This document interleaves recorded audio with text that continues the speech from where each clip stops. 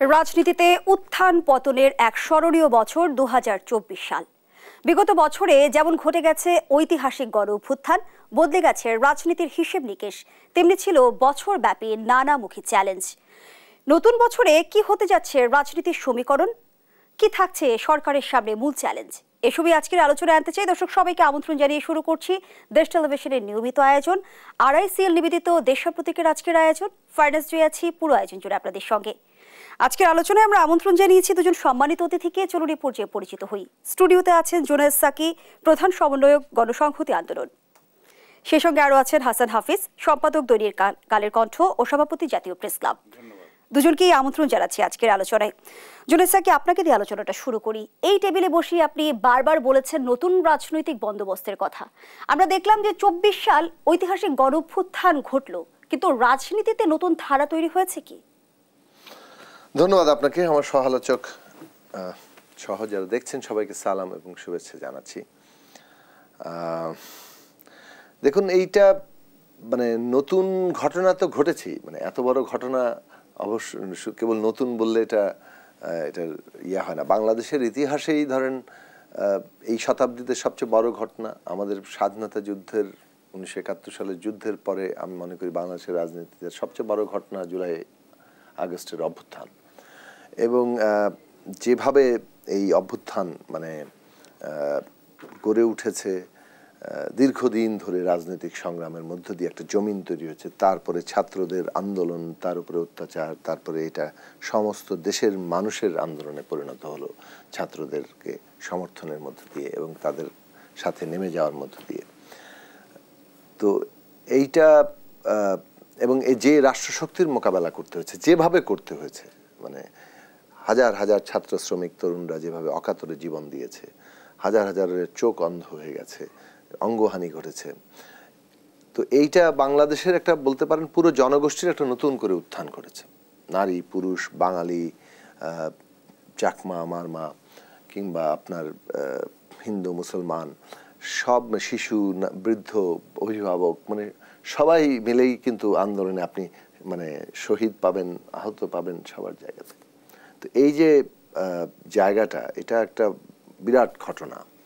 এখন এটার মধ্য থেকে মানুষের প্রত্যাশা কি বেরিয়ে আসলো, যে আগেকার জায়গাটা মানে কোনোভাবেই তাদের মানে গ্রহণযোগ্য ছিল না। আমরা মুক্তিযুদ্ধের মধ্য দিয়েও একটা বড় প্রত্যাশা তৈরি হয়েছিল, একটা নতুন রাষ্ট্র সেই জায়গায় যাবে এবং ঘোষণা দেওয়া হয়েছিল। সেটা ৫৩ বছরে ওই সাম্য, মানবিক মর্যাদা, সামাজিক ন্যায় বিচার নাগরিকদের জন্য তৈরি হয়নি। কিছুই হয়নি তা বলবো না, একটা দেশ তার নানান রকম দেশের অর্থনীতি বড় হয়েছে, সেগুলো মানুষেরই কারবার। সরকারগুলোর প্রবলেম কিন্তু সরকারগুলো ছিল। জনগণ কিন্তু কাজ করে গেছে, সম্পদ সৃষ্টি করেছে, অর্থনীতির আকার বেড়েছে। কিন্তু আমরা দেখেছি যে সরকারগুলোই তারা এই ক্ষমতাটা ব্যবহার করে সেই সম্পদ লুটে নিচ্ছে, মানুষের অধিকার হরণ করে ফেলছে, মানুষের মর্যাদা নাই করে দিচ্ছে এবং একের পর এক আইন এমনভাবে তৈরি করছে যে তার ক্ষমতা আরোই বাড়ছে, প্রায় এমন ক্ষমতা অর্জন করেছে যেটার কোনো ন্যূনতম কোনো জবাবদিহি তার জায়গা নেই, যা ইচ্ছা তাই করার। এবং সেটারই সর্বশেষ পরিণতিটা আমরা দেখলাম। তো সেই জায়গায় তার বিরুদ্ধে দাঁড়িয়ে জনগণের রায় হচ্ছে যে আমরা একটা নতুন গণতান্ত্রিক ব্যবস্থা চাই। সেটাই বন্দোবস্তের কথা, যে আমরা ফ্যাসিস্ট বন্দোবস্তের বদলে একটা গণতান্ত্রিক বন্দোবস্তে যেতে চাই। সেই গণতান্ত্রিক বন্দোবস্ত প্রতিষ্ঠার কাজটি আমি মনে করি চলমান আছে।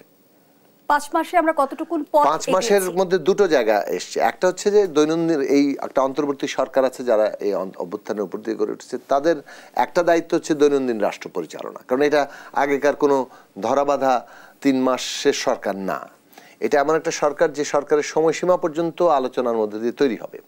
ফলে এই সরকারের একটা গুরুত্বপূর্ণ কাজ হচ্ছে দৈনন্দিন রাষ্ট্র পরিচালনা করা, মানুষের সংকট সমাধান করা। কেবল রুটিনের জায়গায় সে কিন্তু নাই, সে একদম পলিসি লেভেলের কাজ করছে দৈনন্দিন রাষ্ট্র পরিচালনা, অর্থনীতিতে, সমস্ত সমাজ কাঠামোর মধ্যে মানুষের সকল সংকটের দায় দায়িত্বের ক্ষেত্রে। দ্বিতীয় তার কাজ হচ্ছে পলিটিক্যাল ট্রানজিশন ঘটানো, রাজনৈতিক উত্তরণ ঘটানো। এবং সেই রাজনৈতিক উত্তরণের জায়গায় কিভাবে আমরা নতুন জায়গায় যাব, সেটার জন্য কমিশনগুলো সংস্কার প্রস্তাব তৈরি করছে, স্টেক হোল্ডারদের সাথে আলোচনা করে তারা প্রস্তাব করছে, সরকার আবার ঐক্য কমিশন করে সেই সব প্রস্তাব নিয়ে রাজনৈতিক দল, অন্যান্য সমস্ত স্টেক হোল্ডার, শিক্ষার্থীরা তো আছেই, তাদের সাথে আলোচনার মধ্য দিয়ে এই জায়গাটাতে একটা ন্যূনতম জাতীয় ঐক্যমত্যে আমরা পৌঁছাবো। সেইটা কিন্তু সেখানেই প্রশ্ন, বর্তমান বাস্তবতায় ঐক্য প্রতিষ্ঠা করাটা আসলে কতটা চ্যালেঞ্জিং? হ্যাঁ, এখন এই শেষ বাক্যটা বলি যে এটা রিপোর্টগুলো মাত্র আসছে, তার মানে 5 মাসে কিন্তু এক কমিশনগুলো কাজ করেছে। এই মাসে এই আমরা শুনেছি যে আগামী কয়েকদিনের মধ্যেই কয়েকটি কমিশন তাদের রিপোর্ট দেবে। তার মানে হচ্ছে কাজ কিন্তু অগ্রগতি ঘটছে এবং তার মধ্য দিয়ে রাজনৈতিক দলগুলোর সাথে আলোচনা শুরু হবে এবং দ্রুতই ইতিমধ্যে একটা নির্বাচনের মোটামুটি টাইমলাইন একটা ঘোষণা করা হয়েছে। এই যে আলোচনা শুরু হলে আরও সুনির্দিষ্টভাবে সংস্কার কি হবে, কতদিন সময় লাগবে, নির্বাচনের আগে কোন কোন সংস্কার হবে, নির্বাচনের পরে কোন কোন সংস্কার যাবে, এবং এটার মধ্য দিয়ে একটা সুনির্দিষ্ট নির্বাচনের এবং সংস্কারের রোডম্যাপটা তৈরি হয়ে যাবে। এবং আমরা মনে করি আগামী নির্বাচন একটা সংস্কার সভার নির্বাচন হওয়া দরকার, যাতে করে এই যে সংস্কারের কাজটা সেটা নির্বাচনের জন্য কতগুলো সংস্কার, আবার সংস্কারের সম্পন্ন করার জন্য কিংবা একটা তাৎপর্যপূর্ণ অগ্রগতির জন্য আবার নির্বাচন লাগবে। কেননা সংবিধান সংস্কারের মতো বিষয়টাকে তো আপনার কিংবা পার্লামেন্টে যেয়ে করতে হবে। ফলে এই যে সংবিধান সংস্কার করেন আর যেভাবে আপনি একটা মূল লক্ষ্য গণতান্ত্রিক সংবিধানে পৌঁছানো, সেখানে ঐক্যমত্য কতটুকু, ঐক্যমত্যের সম্ভাবনার জায়গাটাতে এটা আমাদের মনে রাখা দরকার সকল রাজনৈতিক দলের আমরা সহ, যে বাংলাদেশে একটা রাজনীতির নিয়ম তৈরি করতে হবে। কিভাবে আমরা রাজনীতিটা করব, রুলস অফ দি গেমটা ঠিক করে, সেটাই রাজনৈতিক ব্যবস্থা। ক্ষমতাটা কিভাবে পরিচালিত হবে, ক্ষমতা কিভাবে চলবে এখানে, সেই তার একটা নিয়ম তৈরি করতে হবে। তাহলে ক্ষমতা এবং রাজনীতির নিয়ম তৈরি করার জন্য আমাদের ন্যূনতম ঐক্যের জায়গাটা দরকার। তার মানে এই না যে আমরা প্রতিটি দলের আদর্শ কর্মসূচি সব এক হয়ে যাবে, তা হবে না। নির্বাচন কেন্দ্রিক প্রতিদ্বন্দ্বিতা হবে, যা ইতিমধ্যেই অনেকগুলো লক্ষণ দেখা যাচ্ছে। কিন্তু এইটা যাতে নির্বাচনী প্রতিদ্বন্দ্বিতা, প্রতিযোগিতা, দ্বন্দ্ব, যাতে আমাদের এই যে রুলস অফ দি গেম ঠিক করার পলিটিক্যাল ট্রানজিশন, এইটা যেন আমরা না ভুলি, সেটার জন্য আমাদের ঐক্য দরকার, ঐক্যমত্য দরকার। এবং সেইখানে এটা না করার ঝুঁকি কিন্তু পুরো দেশের অস্তিত্বের ঝুঁকি সাথে যুক্ত। এটাও আমাদের সঙ্গে। ধন্যবাদ জানাচ্ছি জোনায়েদ সাকি, জনাব হাসান হাফিজ। গণঅভ্যুত্থানের পর রাজনৈতিক আকাঙ্ক্ষা কতটা পূরণ হলো এবং নতুন বছরে কি প্রত্যাশা রাখছেন? এত কম সময়ে তো আকাঙ্ক্ষা পূরণ হবে না, তাই না? 5 মাস তো খুব বেশি বড় সময় না। এর মধ্যে উনি তো বললেন, জোনায়েদ সাকি বললেন যে চলমান আছে সংস্কারের কমিশনগুলির কাজ, আমরা শিগগিরই পাবো, হয়তো 3-4টা রিপোর্ট আমরা কয়েকদিনের মধ্যে পেয়ে যাবো, 5-7 দিনের মধ্যে। মোট 15টি কমিশন হয়েছে, অনেকগুলি বিলম্বে গঠিত হয়েছে, ফলে তারা সেভাবে অগ্রগতিটা দৃশ্যমান নয়। সংস্কারটা কিন্তু একটা চলমান প্রক্রিয়া। আপনি 3 বছর পরে তো একটা বড় ধরনের সংকট আসতে পারে, তখন আপনি আগাম কিভাবে সেটা সমাধান করবেন, একটা টাইমলাইন আসলে দরকার। যে এই বছরের শেষ নাগাদ ইলেকশনটা হলে কতগুলি জরুরি ভিত্তিতে উনি যেটা বলেছেন সেগুলিকে প্রায়োরিটাইজ করতে হবে, অগ্রগণ্যতার ভিত্তিতে সংস্কারগুলি করতে হবে। তো হতাশার এখনও তো আমি সেরকম কারণ দেখছি না। রাজনৈতিক দলগুলি তো সমর্থন দিয়েছে এবং এই সরকার একটা অভূতপূর্ব ম্যান্ডেট নিয়ে কাজ পরিচালনা করছে। দক্ষতা, অপরিপক্কতা কিছু আছে, বিচক্ষণতার অভাব, দূরদর্শিতার অভাব কিছু আছে, রাজনৈতিক দলের সঙ্গে দূরত্বটাও আছে, সেটা যেটা প্রত্যাশিত ছিল না, অভিপ্রেত ছিল না। তো সেটা আশা করি দূর হয়ে আসবে সংস্কার কমিশনের রিপোর্টগুলি পেলে। যেহেতু প্রধান স্টেক হোল্ডার হচ্ছে রাজনৈতিক দলগুলি, তারা দেশটা তারাই চালাবে। অন্তর্বর্তী সরকার খুবই সাময়িক মাত্র, অল্প সময়ের জন্য। আমরা চাইবো যে তারা সসম্মানে যেন তারা বিদায় নিতে পারে, যেন তারা হেনস্থা না হয়, এমন কিছু যেন তাদের কাছ থেকে আমরা না দেখি যেগুলিতে তাদেরকে নিন্দা করতে হয় কিংবা অপদস্থ করতে হয়। সেটা আমরা চাইবো না, কেউই চাইবে না। সেটা একটা ব্যর্থতা যদি হয় তাহলে শুধু তাদের হবে না, এই কষ্টটা কিন্তু 18 কোটি মানুষেরই হবে। যেই পরিবর্তন হয়েছে, যে জনপ্রত্যাশার চাপ তৈরি হয়েছে, সেটা কিন্তু রাজনৈতিক দলগুলিকেই মেইনলি এটাকে অ্যাড্রেস করতে হবে। সংস্কারটা রাজনৈতিক দলগুলির নিজেদের মধ্যেও হতে হবে। ছাত্র জনতার যে সর্বপ্লাবী যে অভ্যুত্থান হয়েছে, একটা নজিরবিহীন, বাংলাদেশে আমি বলবো বিশ্বেই একটা নজিরবিহীন ঘটনা ঘটেছে। এত মানুষের প্রাণ গেছে, এখানে কত মানুষ আহত হয়েছে, কাতরাচ্ছে এখনো। সেই যে একটা চড়া মূল্যে আমরা এই মুক্তিটা পেয়েছি, সেই মুক্তিটা প্রাথমিক বিজয় অর্জিত হয়েছে। মূল বিজয়টা কিন্তু সামনে, যেটা টেকসই করতে হবে, স্থায়ী করতে হবে, সংহত করতে হবে। এই বিপ্লব, অভ্যুত্থান যাই বলি না কেন, সেটার ফসল যেন একটা স্থায়ীভাবে আমরা পাই, একটা গণতান্ত্রিক সংস্কৃতি আমরা বিনির্মাণ করতে পারি, একটা অসাম্প্রদায়িক, বৈষম্যমুক্ত, শান্তিপূর্ণ, যেখানে আইন শৃঙ্খলা পরিস্থিতি নিয়ে আমাদের উদ্বেগে থাকতে হবে না, নিত্যপণ্যের ঊর্ধ্বগতি নিয়ে আমাদের উৎকণ্ঠিত থাকতে হবে না, সেরকম একটা সমাজ আমরা চাই, যেখানে প্রত্যেকের ভোটাধিকার নিশ্চিত হবে। বিগত স্বৈরাচারী সরকার 3টা নির্বাচনকে একটা প্রহসনে পরিণত করেছে, ক্ষমতা কুক্ষিগত করার জন্য দেশকে লুটপাট করে, ধ্বংস করে, খুন, ধর্ষণ, রাহাজানি, দখল, ছিনতাই, সম্পদ পাচার করে প্রত্যেকটি সেক্টর ধ্বংস করে দিয়ে গেছে। ভগ্নস্তূপের মধ্যে দিয়ে সরকার যাচ্ছে। তো ফলে আমাদের দায়িত্ব হবে প্রত্যেকটা নাগরিকের, আমি মনে করি যে যার যার ক্ষেত্র থেকে আমরা যদি সহিষ্ণুতা, পরমত সহিষ্ণুতা, দেশপ্রেম, সততা, নিষ্ঠা এবং ত্যাগের মনোভাব নিয়ে যদি আমরা কাজটা করি তাহলে নিশ্চয়ই আমরা একটা সুফল পাবো। আমরা যেমনটি দেখছি যে নির্বাচন ঘিরে রাজনৈতিক দলগুলোর মাঝে সন্দেহ, সংশয়ের জন্ম হয়েছে, সেটা কিছুটা তো থাকবে। আপনি এই নির্বাচন কমিশন গঠিত হয়েছে, তারা কাজ করছে, তারা বলেছে আমরা জাতীয় নির্বাচনের জন্যই কাজ করছি, স্থানীয় সরকারের জন্য করছি না। নানান উপদেষ্টা এক একজন এক এক কথা বলছেন। ভোটার কত বয়সে হবে সেটাও, এগুলি ঠিক হয়ে যাবে আশা করি। এগুলি ছোট ছোট মত পার্থক্য তো থাকবে, সেটাও কিন্তু একটা গণতন্ত্রের এসেন্স। আপনি যদি সবাই একমত হয়ে যায় তাহলে তো বাকশাল হয়ে গেল, সেই হাসিনার তাইলে একই তো হলো, তাই না? নানান মত থাকবে এবং তার মধ্যে সহিষ্ণুতা থাকবে। স্পেস যেন একজন আরেকজনকে আমরা দিই, আমরা যেন পরস্পরের প্রতি শ্রদ্ধাশীল থাকি, সেটাই আমরা কামনা করি। সাধারণ মানুষ তো বেশি কিছু চায় না, দুমুঠো ভাত চায়, একটু শান্তিতে ঘুমাতে চায়, তাই না? এটুকুই আমরা মূল প্রত্যাশা। তো গণতন্ত্র নিশ্চয়ই প্রতিষ্ঠিত হবে, ভোটাধিকার নিশ্চিত হবে, সেই পথে আমরা গেছি। এই বিপ্লবের সেই শিক্ষাটা, এই স্পিরিটটা, এই চেতনাটা, আমরা সেটা ধারণ করব। রাজনৈতিক দলগুলির দায়িত্বটা, আমি বেশি বারবার এটা বলছি, যেহেতু দেশটার পরিচালনার দায়িত্ব তাদের হাতে। আমরা যেমনটি জানি যে জুলাই আগস্ট গণহত্যার বিচার নিশ্চিত করা, সংস্কার নিশ্চিতে রাজনৈতিক ঐক্যমত্য গড়ে তোলা এবং রোডম্যাপ অনুযায়ী নির্বাচন করা, এই তিনটি লক্ষ্য নতুন বছরে নির্ধারণ করেছে অন্তর্বর্তী সরকার। লক্ষ্য বাস্তবায়নের ক্ষেত্রে সরকারের সামনে মূল চ্যালেঞ্জগুলো কি দেখেন? মূল চ্যালেঞ্জগুলি কিন্তু ষড়যন্ত্র আছে, সেটা মোকাবেলা করা। আপনি জানেন যে দেশের ষড়যন্ত্র ক্রিয়াশীল আছে, পাশের দেশের থেকে আছে। শেখ হাসিনার সেখানে অবস্থান নিয়ে একটা টেনশন আছে, দুইটা দেশের মধ্যে টানাপোড়েন আছে। ভারত বলছে যে কোনো ব্যক্তির সেখানে অবস্থান সম্পর্কের ক্ষেত্রে বাধা হয়ে দাঁড়াবে না, বাংলাদেশও সেটা বিশ্বাস করে, কিন্তু আমরা কাজে সেটার প্রতিফলন দেখতে পাচ্ছি না। আজকেও আপনার কুমিল্লাতে সীমান্তে হত্যা হয়েছে, সেটা কোনোভাবে গ্রহণযোগ্য না। সীমান্তে রক্ত আমরা ঝরতে দেখতে চাই না, আমরা ফেলানির লাশ আর চাই না। আমাদের বন্ধুত্ব হতে হবে সমতার ভিত্তিতে, ন্যায্যতার ভিত্তিতে, পারস্পরিক শ্রদ্ধাবোধের মাধ্যমে। আমরা একটা স্বাধীন দেশ, আমরা রক্ত দিয়ে দেশ স্বাধীন করেছি, কোনো কারো দয়ায় দাক্ষিণ্যে আমরা কিন্তু এই দেশ পাইনি। ভারত আমাদের সহায়তা করেছে, ঠিক আছে, আমরা কৃতজ্ঞ, কিন্তু তাই বলে আমাদের মাথা তো বিক্রি করে দিই নাই আমরা। এটা কোনোভাবে গ্রহণযোগ্য না। এখনই আমাদের মেরুদণ্ড সোজা করে দাঁড়ানোর সময়। আমাদের ছাত্র তরুণরা সেই শিক্ষা দিয়েছে এবং আমরা সেই চেতনাকে ধারণ করে আমরা সামনে এগিয়ে যাব। বীরের মতো আমরা আমাদের বিশ্বের মাথা উঁচু করে আমরা দাঁড়াবো। সংস্কারের বিষয়ে রাজনৈতিক দলগুলো ঐক্যমত্যে পৌঁছাতে পারবে কিনা সেটি একটি বড় প্রশ্ন হয়ে দাঁড়িয়েছে বর্তমান সময়ে। সেই আলোচনায় ফিরতে চাই একটা বিরতির পর। দর্শক, RICL নিবেদিত দেশের প্রতীকের এই পর্যায়ে একটা বিরতি দিচ্ছি, সাথেই থাকুন।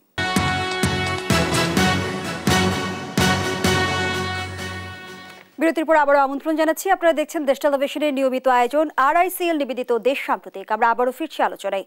জনাব হাসান হাফিজ, যে আলোচনায় আমরা ছিলাম, আমরা দেখেছি জুলাই বিপ্লবে অনেকগুলো পক্ষ অংশীদার হলেও তাদের স্বার্থের সমীকরণ পুরোই আলাদা। গণঅভ্যুত্থানের পরে আমরা দেখেছি নির্বাচন ও সংস্কার ইস্যুতে ছাত্র নেতাদের সঙ্গে রাজনৈতিক দলগুলোর মত পার্থক্য স্পষ্ট। সেই জায়গা থেকে বর্তমান বাস্তবতায় আসলে সংস্কারের ক্ষেত্রে আমরা ঐক্যমত্যে পৌঁছাতে পারবো কিনা? আমি তো আশাবাদী পৌঁছাতে পারবো। আমাদের তো কোনো চয়েস নাই, আসলে এখানে পৌঁছাতে হবে এবং ছাড় দিতে হবে, এবং না হলে তো সেই শিক্ষাটা আমরা নিলাম না। যদি আমরা ছাড় দিয়ে একটা অ্যাকোমোডেটিভ একটা অবস্থা তৈরি না করি, যদি একটা জাতীয় ঐক্য না হয়, তাহলে তো ব্যর্থ হয়ে যাবে। সেটা ব্যর্থতার গ্লানি আমরা চাই না। এবং আপনি দেখেন যে এরকম সময় সুযোগ হয়তো খুব সহজে আর আসবে না। আবার এখন যদি আমরা সংস্কারটা না করি, তাহলে আবার নতুন স্বৈরাচার কিন্তু আবার আমাদের ঘাড়ে চেপে বসতে পারে। সেটাও আমরা চাই না। বারবার তো আমরা এটা করতে পারবো না। আমাদের তো অনেক সামনে, অনেক প্রগতির পথে যেতে হবে, অসাম্প্রদায়িকতার পথে যেতে হবে, স্বনির্ভর অর্থনীতির পথে যেতে হবে, তাই না? অনেক কাজ আমাদের সামনে আছে। সুতরাং কেন আমরা ছোট ছোট বিবাদ নিয়ে কেন আমরা কামড়াকামড়ি করতে থাকবো? সেই শিক্ষাটা যদি না নেয়, সংস্কারটা যদি না হয়, আবার যদি একটা লুটেরা সরকার আসে, স্বৈরাচারী সরকার আসে, সেটা তো কোনোভাবে বরদাস্ত করা যাবে না। সুতরাং ঐক্যমত্য হতেই হবে যে কোনো মূল্যে। ধন্যবাদ জানাচ্ছি আপনাকে। জুনায়েদ সাকি, বছরের শেষ দিন মার্চ ফর ইউনিটি কর্মসূচি থেকে প্রোক্লেমেশন ঘোষণার জন্য অন্তর্বর্তী সরকারকে 15 দিন সময় বেঁধে দিয়েছে বৈষম্য বিরোধী ছাত্র আন্দোলন এবং জাতীয় নাগরিক কমিটি। এবং প্রোক্লেমেশন নিয়ে কিন্তু রাজনীতিতে আমরা দেখছি যে নতুন করে উত্তাপ ছড়াচ্ছে। আপনার মতামত বিষয়টি নিয়ে? দেখুন 15 দিনের সময় বেঁধে দিয়েছে কথাটা আমি এভাবে দেখিনি। আমি দেখেছি তারা 15 দিনের মধ্যে এই প্রোক্লামেশন কিংবা জুলাই অভ্যুত্থানের ঘোষণার বিষয়ে মানে ঘোষণাটা তৈরি করার দাবি জানিয়েছে। তো সময়সীমা বেঁধে দেওয়ার ব্যাপারটি একটু মানে আলটিমেটামের মতো শোনায়, সেটা আমার মনে হয় সেটা তারা যেহেতু একটা 31 তারিখে নিজেরা ঘোষণা দিতে যাচ্ছিল, সেটা যেহেতু এখন সরকার একটা দায়িত্ব নিয়েছে, সে কারণে তারা আবার একটা এটা যাতে অনির্দিষ্ট সময়ের জন্য না যায় সেইভাবেই হয়তো তারা একটা 15 দিনের সময় তাদের দিক থেকে উল্লেখ করেছেন। আমরা মনে করি যে এটা অনতিবিলম্বেই হওয়া দরকার, যত তাড়াতাড়ি সম্ভব করে ফেলা দরকার। সেটার জন্য প্রয়োজনীয় যে সময়টা নেওয়া দরকার অর্থাৎ ঐক্যমত্য তৈরির জন্য, কারণ সরকারকে তো সবগুলো পক্ষের সাথে আলোচনা করতে হবে, একটা ড্রাফট হবে, সেই ড্রাফটে সবাই মতামত দিবেন, সেটা করতে যতটা সময় লাগে ততটা সময় নিতে হবে। তবে এটা যাতে ঝুলে না থাকে, অর্থাৎ এটাকে যাতে ফেলে না রাখা হয়, সেই দিকটা মনোযোগ রাখলেই হবে। এটা 1 নম্বর দিক। 2 নম্বর দিক হচ্ছে যে জুলাই গণ অভ্যুত্থানের যে একটা ঘোষণা, অর্থাৎ এইটার মধ্যে দিয়ে যে জন আকাঙ্ক্ষার প্রকাশ ঘটেছে, যে রাজনৈতিক দিক নির্দেশনা বাংলাদেশের জন্য ভবিষ্যতে আছে, সেটার একটা সন্নিবেশিত একটা রূপ থাকা দরকার, থাকলে ভালো, এবং সবগুলো পক্ষই যাতে এটাতে তাদের মতামতের প্রতিফলন সহ এরকম একটা ঘোষণা আসতে পারে। কিন্তু এটা প্রোক্লামেশন হবে কিনা সেটা কিন্তু একটা এ নিয়ে রাজনৈতিক কিংবা সকল পক্ষের আলোচনার ভিত্তিতে এটা তো কোথাও যাওয়া যাবে না, কারণ প্রোক্লামেশনের সাথে তো একটা আইনি ব্যাপার যুক্ত। তো প্রোক্লামেশন মানে তো আপনি কোনো কিছু পত্তন করছেন, পত্তন করতে গেলে তো সেইটা সরকারকে সকল পক্ষের সম্মতির ভিত্তিতে সেই জায়গায় যেতে হবে। এখন সেটা মানে প্রোক্লামেশনের আদৌ প্রয়োজনীয়তা কি, অর্থাৎ মানে নতুন করে যখন প্রোক্লামেশনের বিষয় আসবে, সেটা সংবিধানের মধ্য দিয়ে যে রূপান্তরের কথা আমরা বলছি সেটার সাথে যুক্ত হলে তখন সেটা সংবিধানের প্রশ্নে এসে আলোচনা হবে। এখনই সেটার ভিত্তি রচনা বলতে যদি বলা হয় যে এইটা প্রোক্লামেশনের ভিত্তিতে অতীত সমস্ত ব্যবস্থা বাতিল, সেটা করার মতো বাস্তবতাটা আসলে নিয়ে অনেক প্রশ্ন আছে। সেই বাস্তবতা আদৌ আছে কিনা সেটা নিয়ে রাজনৈতিক দল সহ বিভিন্ন অংশের মধ্যেই এই আলোচনা আছে। ফলে আমরা মনে করি যে বিভিন্ন দাবি উঠছে, সেইটা দাবি ওঠার গণতান্ত্রিক অধিকার সব জায়গায় আছে, আমাদের আলাপ আলোচনা করতে হবে। এবং আমরা যেহেতু পদ্ধতিগতভাবে এটা ঠিক করেছি যে ন্যূনতম জাতীয় ঐক্যমত্যের ভিত্তিতে আমরা রাজনৈতিক উত্তরণকে এগিয়ে নিয়ে যাব, মানে পলিটিক্যাল ট্রানজিশন বলতে যে আমরা একটা ব্যবস্থা গড়ে তোলার কথা বলছি, সেই ব্যবস্থাটা গড়ে তোলার কাজটা ঐক্যমত্যের ভিত্তিতে এগোনো দরকার, কারণ সেখানে বিভাজন আমাদেরকে খুব কোনো ফলাফল দিবে না। তো সেই জায়গাটাতে চেষ্টা করতে হবে। আমার মনে হয় যে আমরা আলোচনার মধ্যে ঢুকলে তখন বিষয়গুলো আরো স্পষ্ট হবে। আমরা রাজনীতিতে আপনি বলছেন যে একটা বড় পরিবর্তন ঘটেছে গণ অভ্যুত্থানের মধ্য দিয়ে, এরপরে আসলে রাজনৈতিক দলগুলোর তরফ থেকে ষড়যন্ত্রের অভিযোগ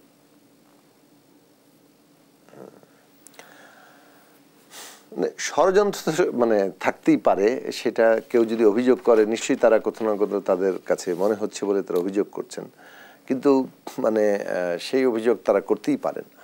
এবং আমরা মনে করি যে ষড়যন্ত্রের যে রাজনীতি সেইটার বিরুদ্ধে গণ অভ্যুত্থান দাঁড়িয়েছে, এবং গণ অভ্যুত্থানের যে রায় সেটা হচ্ছে বাংলাদেশের ষড়যন্ত্রের রাজনীতি চলবে না, গণবিচ্ছিন্ন রাজনীতি চলবে না, জনগণের উপরে ছড়ি ঘোরানোর রাজনীতিটা চলবে না। আমরা মুখাপেক্ষী, জনগণের অধীনস্থ, জনগণের কাছে জবাবদিহিতাপূর্ণ রাজনীতি চাই। এবং বাংলাদেশের রাজনীতিতে কে থাকবে কে থাকবে না এগুলো জনগণই ঠিক করবে। জনগণের সেই ক্ষমতাটা তাদের কাছে আমরা যদি ঠিকঠাক মতো তাদের হাতে থাকার মতো যদি একটা রাজনৈতিক বন্দোবস্ত আমরা তৈরি করতে পারি, তাহলে আমি তো কোনো মানে ষড়যন্ত্র তো করতেই পারে কেউ, কিন্তু ষড়যন্ত্রকে সফল হওয়ার কোনো বাস্তবতা দেখি না। ধন্যবাদ জানাচ্ছি আপনাকে হাসান হাফিজ। একই বিষয়ে আপনার মন্তব্য নিতে চাই। সম্প্রতি তারেক রহমান যেমনটি বলেছে, নতুন চক্রান্তের কথা বলেছে এবং বিএনপি ভাঙার ষড়যন্ত্রের কথা বলেছে, নেপথ্যে কি? কিছু কিছু তো দূরত্ব আছে রাজনৈতিক দলগুলির মধ্যে, অবিশ্বাস, সংশয়, তাই না? তাদের সাম্প্রতিক বক্তব্যে আমরা সেগুলি দেখতে পাচ্ছি। তো এই বিভাজনটা কমিয়ে আনতে হবে, না হলে তো জাতীয় ঐক্যটা প্রতিষ্ঠিত হবে না। জাতীয় ঐক্যটা যদি প্রতিষ্ঠিত না হয় তাহলে সেরকম নতুন বন্দোবস্ত করাও যাবে না। ফলে সবাইকে আমি বলেছি যে মূল দায়িত্বটা কিন্তু রাজনৈতিক দলগুলির। ছাত্ররা তো বড় কাজ একটা করে দিয়েছেই, তাই না? তো কিন্তু এটাকে এগিয়ে নিয়ে যেতে হবে এবং স্থায়ী রূপ দিতে হবে রাজনৈতিক দলগুলিকে। তাদের কাছেই সেই বড় চ্যালেঞ্জটা আছে। নির্বাচন যখন হবে, মানুষ যাদেরকে নির্বাচিত করবে সেই সরকারের দায়িত্বটা হবে সংস্কার প্রক্রিয়াকে এগিয়ে নিয়ে যাওয়া, এবং কয়েকটা নির্বাচন যদি সুষ্ঠুভাবে হয় তাহলে হয়তো আমরা একটা ক্রিস্টালাইজড ফর্মে সত্যিকারের গণতান্ত্রিক চর্চাটা আমরা দেখতে পাবো। একটা নির্বাচনেই যে রাতারাতি খুব বড় কিছু ঘটে যাবে এরকম প্রত্যাশা করাটার বোকামি, এটা বাস্তবতার সঙ্গে কোনো মিল নেই এটার, এই চিন্তার সঙ্গে। ফলে সামনে কিন্তু চ্যালেঞ্জটা হচ্ছে শুধু সরকারের না, রাজনৈতিক দলগুলিরও, এবং সম্মিলিতভাবে এটাকে মোকাবেলা করতে হবে, সমন্বিতভাবে, এবং একটা বৈষম্যহীন বাংলাদেশ গড়ে তোলার ক্ষেত্রে শোষণমুক্ত এবং সত্যিকারের স্বৈরাচার মুক্ত একটা গণতান্ত্রিক একটা ব্যবস্থা গড়ে তুলতে হবে। সেটার এই সময়ের দাবি এবং এই প্রত্যাশা এটা তৈরি হয়েছে। এই স্পিরিটটাকে রাজনৈতিক দলগুলিকে ধারণ করতে হবে, ধারণ করে সেটার কাজে এটার প্রতিফলন ঘটাতে হবে। জনাব জুনায়েদ সাকি, আমরা দেখলাম গণঅভ্যুত্থানের পর ছাত্র রাজনীতির এক নতুন ধারা তৈরি হলো এবং ছাত্ররা নতুন রাজনৈতিক দল গঠন করবে এমনটিও শোনা যাচ্ছে। আপনি কিভাবে দেখেন বিষয়টিকে? গণতান্ত্রিক প্রক্রিয়ায় নতুন রাজনৈতিক দলের মানে তৈরি হবে, উত্থান ঘটবে, সেটাই তো খুবই মানে কাঙ্ক্ষিত বলতে পারেন, কিংবা সেটাই ঘটার কথা। এবং যে কোনো ফাংশনাল ডেমোক্রেসিতে এটা কিন্তু হয়। নতুন নতুন পলিটিক্যাল পার্টি আসে, তারা এমন তাদের উত্থানও ঘটে এবং পুরনো রাজনৈতিক দলের অনেক ক্ষেত্রে প্রতিদ্বন্দ্বিতে পরিণত, এমনকি তাদেরকে ছাপিয়ে যায়। ডেমোক্রেসি যেখানে নাই সেখানেই দেখা যাবে যে এই ধরনের মৌরসিপাটটা কায়েম হচ্ছে আর কি। তো আমরা বাংলাদেশে মানে গণতান্ত্রিক রাজনৈতিক প্রক্রিয়ার যেহেতু প্রতিষ্ঠা করতে যাচ্ছি, গণতান্ত্রিক যে সমস্ত শক্তিগুলো আছে বর্তমানে, তাদের তো অতীত আমরা যদি পর্যালোচনা করি তাহলে তাদের কি সবই ধোয়া তুলসী পাতা? সেটা তো না। ফলে রাজনৈতিক দলগুলোর যে ক্ষমতায় যখন তারা ছিলেন, তাদের যে সীমাবদ্ধতা, তাদের যে ভুল, সেগুলোর ব্যাপারে সমালোচনা কিন্তু আছে জনগণের দিক থেকে। আমরা যারা ক্ষমতা এখনো যাইনি তাদের দিক থেকে আছে। আবার আমাদেরও ক্ষমতায় গেলে আমাদের পরীক্ষাটা হবে, সেটা ঠিকই, এবং তখন মানুষের দিক থেকে আমাদের ব্যাপারে অবজারভেশন তৈরি হবে। তো আমরা যেটা মনে করি যে একটা ট্রানজিশন যখন আমরা বলছি যে এই বিদ্যমান ব্যবস্থা ছিল একটা জবাবদিহিতাহীন ব্যবস্থা, এবং সেখানে ক্ষমতার কোনো মানে যারাই ছিল তারা কম বেশি জবাবদিহিতাহীন ব্যবস্থায় চালিয়েছেন। আমরা এমনকি ধরেন বিএনপির সাথে মিলে আমরা যে যুগপৎ সংগ্রাম করেছি, কিন্তু বিএনপি যখন সরকারে ছিল 2001 থেকে 2006, আমরা কিন্তু তার বিরুদ্ধে লড়াই করেছি। 91 থেকে 96, আমি নিজে তখন 91 থেকে 96 ছাত্র আন্দোলনের কর্মী, আর 2001 থেকে 2006 তখন রাজনৈতিক কর্মী। তো ছাত্র আন্দোলন শেষ করে রাজনীতিতে প্রবেশ করেছি, মানে রাজনৈতিক দলে। তো আমরা সেই লড়াই করেছি। তার মানে হচ্ছে যে আবার বিএনপির সাথে মিলে গণতন্ত্রের জন্য সংগ্রাম করছি, মানে যুগপৎভাবে। এর মানে হচ্ছে যে কতগুলো পরিবর্তন আছে, সবকিছু স্থির হয়ে বসে নাই।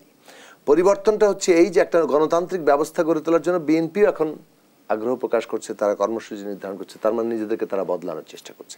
এই যে বদলটা দরকার।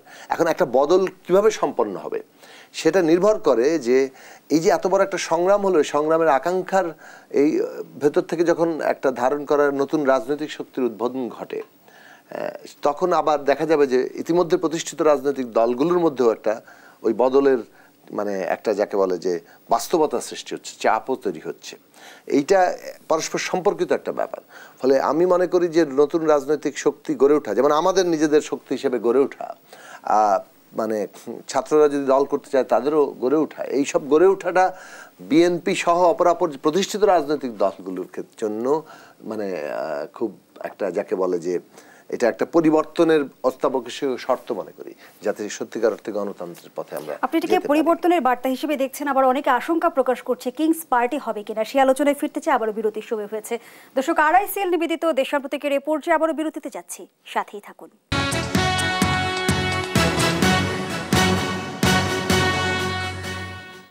বিরতির পর আরো একবার আমন্ত্রণ জানাচ্ছি, আপনারা দেখছেন দেশ টেলিভিশনের নিয়মিত আয়োজন RICL নিবেদিত দেশ সাম্প্রতিক। আমরা আবারও ফিরছি আলোচনায়। জনাব জুনায়েদ সাকি, যে আলোচনায় আমরা ছিলাম, রাষ্ট্রীয় গোয়েন্দা সংস্থা একটি রাজনৈতিক দল গঠনের প্রচেষ্টা চালাচ্ছে। কারা নির্বাচিত হবে, রাষ্ট্রীয় গোয়েন্দা সংস্থাগুলো যদি তা নির্ধারণ করে দেয়, তাহলে এই আত্মত্যাগের কি দাম থাকবে?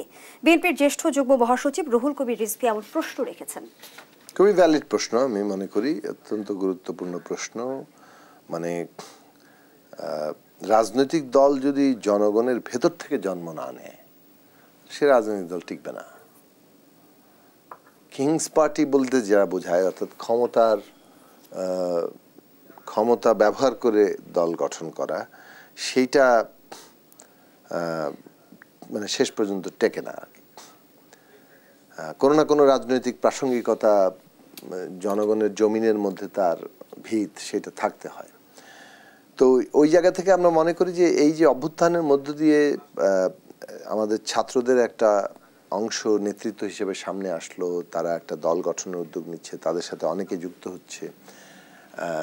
যুক্ত হয়তো হবে, সেটা যথাসম্ভব একেবারে পরিপূর্ণভাবে একটা গণতান্ত্রিক প্রক্রিয়ায় তাদের গড়ে তোলা উচিত।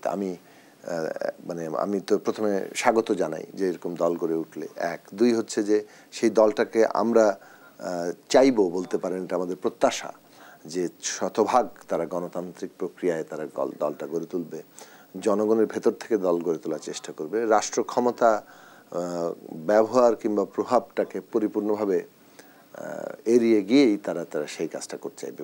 আর যদি সেটা না করতে পারে তাহলে তো প্রশ্ন উঠবে, এবং সেই প্রশ্ন তাদের জন্য কোনো ইতিবাচক হবে না।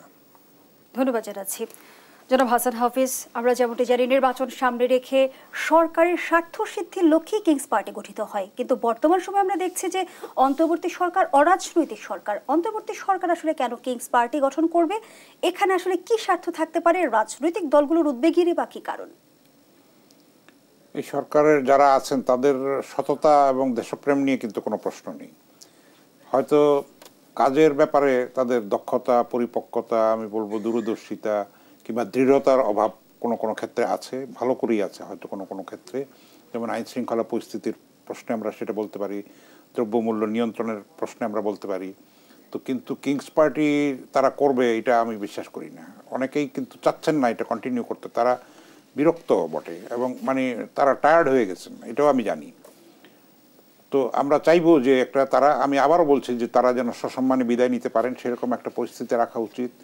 তো তারা কিংস পার্টি এটা করতে চাচ্ছে, এটা আমি বিশ্বাস করতে চাই না। কিন্তু কোনো কোনো সেকশন, কোনো কোনো মহল হয়তো এটা চাইবে ক্ষমতায় টিকে থাকার জন্য নানান কৌশল করে, কিন্তু সেটাও দুঃখজনক হবে, সেটাও শেষ পর্যন্ত সফল হবে না, এটা আমরা বলতে পারি। কারণ আমাদের অতীতের সঙ্গে যেটা, যদি আগে 1/11-এর সঙ্গে এখনকার পরিস্থিতি কিন্তু অনেক গুণগত পার্থক্য আছে, ফলে একই মডেলে কিন্তু কিছু করা যাবে না। আর উনি যেটা বলেছেন, জনভিত্তি না থাকলে সেটা তো টিকবেই না। নির্বাচন করতে গেলে নতুন দল আসে, খুব ভালো কথা, স্বাগত। সেটা দেখা যাবে নির্বাচনে পরীক্ষা হয়ে যাবে, প্রত্যেকে ভোট যখন দিতে পারবে নিশ্চিতভাবে, তখন তারা চয়েস করবে, তারা যাদেরকে নির্বাচিত করে তারাই দেশ চালাবে। ফলে এটা নিয়ে এত আতঙ্কিত হওয়ার মতো আমি এমন কিছু এখনো দেখছি না, সেটা সেরকমভাবে দৃশ্যমান না। তবে সতর্ক থাকাটা দরকার। নানান মহল আছে, তো নানান ইন্ধন আছে, উস্কানি আছে, ষড়যন্ত্র আছে, দেশে আছে, দেশের বাইরে আছে। সেটার থেকে আরও ষড়যন্ত্র থাকবে, নতুন নতুন জিনিস আমরা দেখেছি, আরও দেখব হয়তো ভবিষ্যতে। কিন্তু আমরা যেন সতর্ক থাকি, সচেতন থাকি, দায়িত্বশীল থাকি। জুনায়েদ সাকিব, প্রধান নির্বাচন কমিশনার যেমনটি বলেছে যে সরকার এবং আদালত কর্তৃক যদি আওয়ামী লীগ নিষিদ্ধ না হয়, আওয়ামী লীগের নির্বাচনে অংশগ্রহণ করতে কোনো বাধা থাকবে না। আওয়ামী লীগ কি নির্বাচনে অংশগ্রহণ করবে? এখন পর্যন্ত যে অবস্থা, তাতে তো ওনার কথার এটা তো তার দিক থেকে, তার পজিশনকে যখন প্রশ্ন করবেন তিনি বলবেন এটা তো আমার, যতক্ষণ না পর্যন্ত নিষিদ্ধ হচ্ছে ততক্ষণ পর্যন্ত একটা দল তো ওপেনই থাকছে যে জায়গায়। তো আমরা আওয়ামী লীগের বিষয়ে কি সিদ্ধান্ত, সেটা তো আমাদের এই বিষয়ে আমার বক্তব্য দীর্ঘদিন ধরে আমি বলছি যে আওয়ামী লীগের প্রথমত যারা এই জুলাই গণহত্যা এবং 15 বছরের গুম খুন লুটপাটের সাথে যুক্ত, তাদের বিচারের মুখোমুখি হতে হবে। এবং তারপরে দল হিসেবে আওয়ামী লীগের দায় কতটুকু এই পুরো ফ্যাসিবাদী শাসনে এবং হত্যাকাণ্ডে, সেটাও বিচারের আওতায় আসা দরকার।